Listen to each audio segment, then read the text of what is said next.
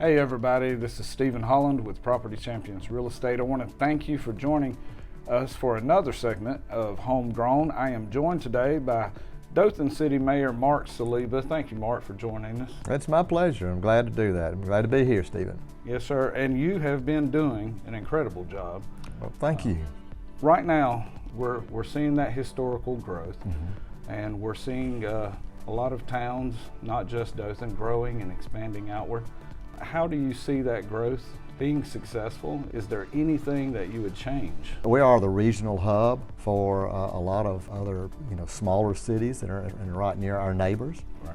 And if you look at just municipalities and how they grow, there are challenges that come with growth. And I think we just need to be cognizant of that and figure out how to proactively be ready and start working on those challenges that come with growth.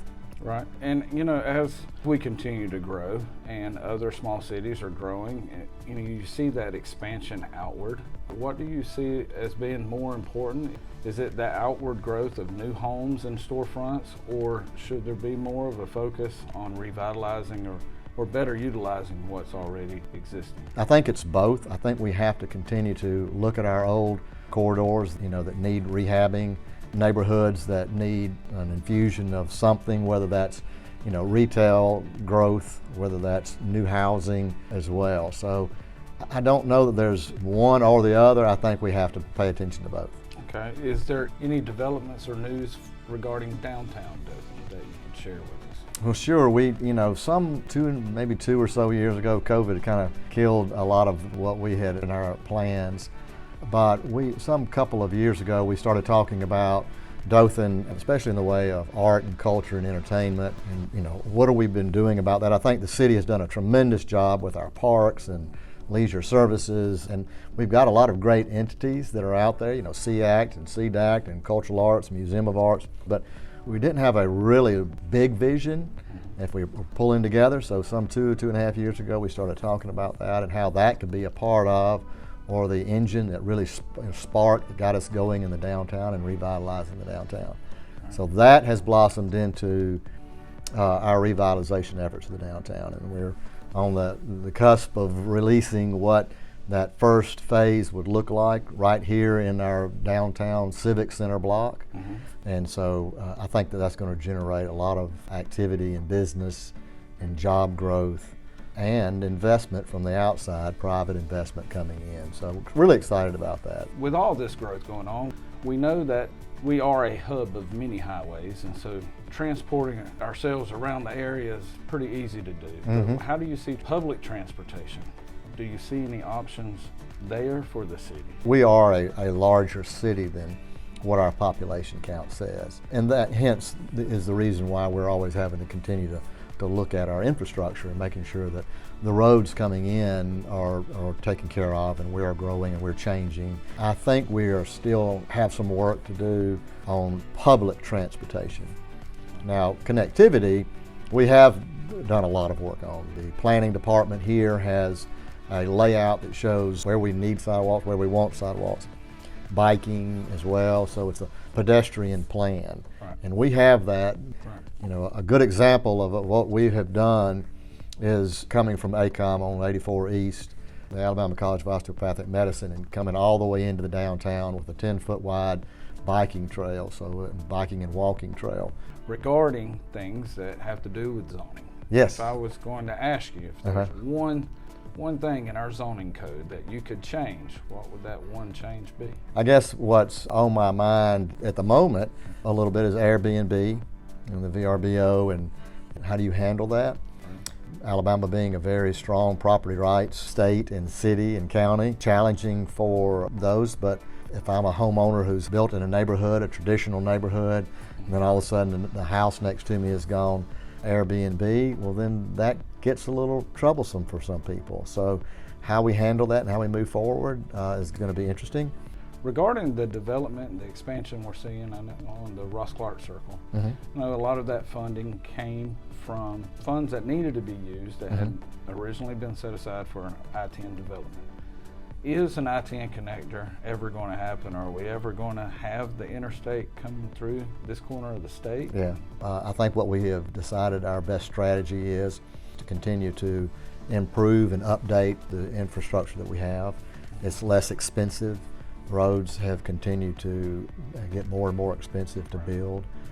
There doesn't seem to be statewide interest in getting that an I-10 connector or an interstate to our neck of the woods. But you know, for the first time in a really long time, I see that our geographic location and the possibility that we don't have that is not a bad thing, but could be a good thing.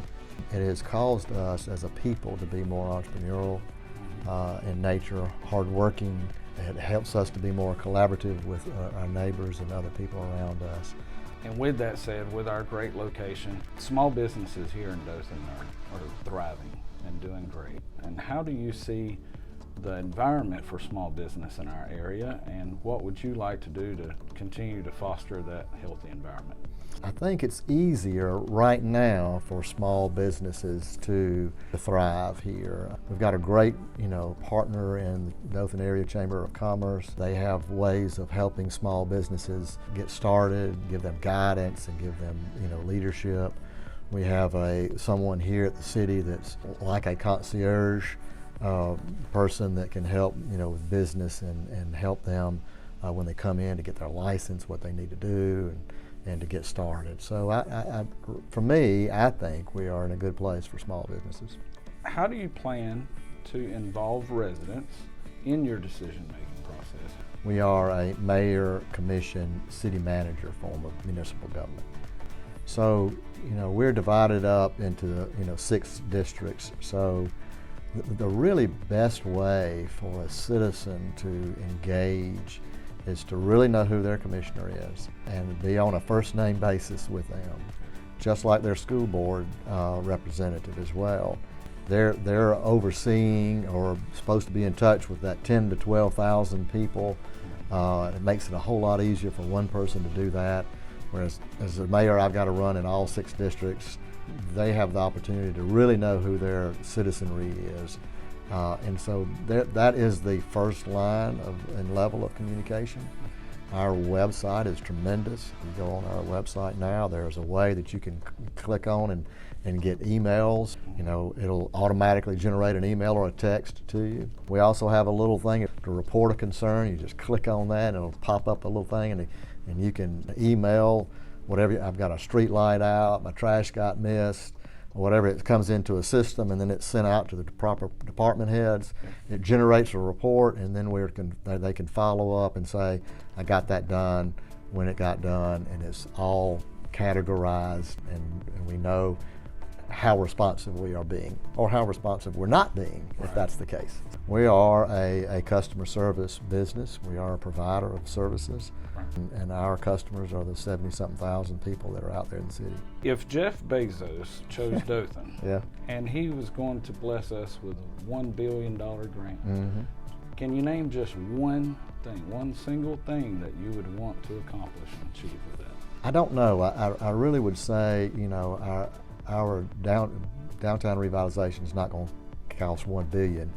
At one time, I really wanted us to have some kind of minor league sports program here, whether that was a minor league baseball or a facility that could not only house a minor league team, but it would have retail surrounding it. It would also have a place to have a really, really nice concerts, an amphitheater style. Then there's also a part of me that would really love to build, about another 3 or 4 brand new schools. Investing in our people is just genuinely where I think it's at, because just can't put enough resources in our young people. With that said, can you name 3 specific things that you want to achieve during your term as mayor? Well, if I'm speaking just as me and not the commission, yeah. I would love to see our revitalization of the downtown underway. I do think our funding of our public schools education is extremely important. And what do you see the year 2022 and the next several years looking like for Dothan and the Wiregrass?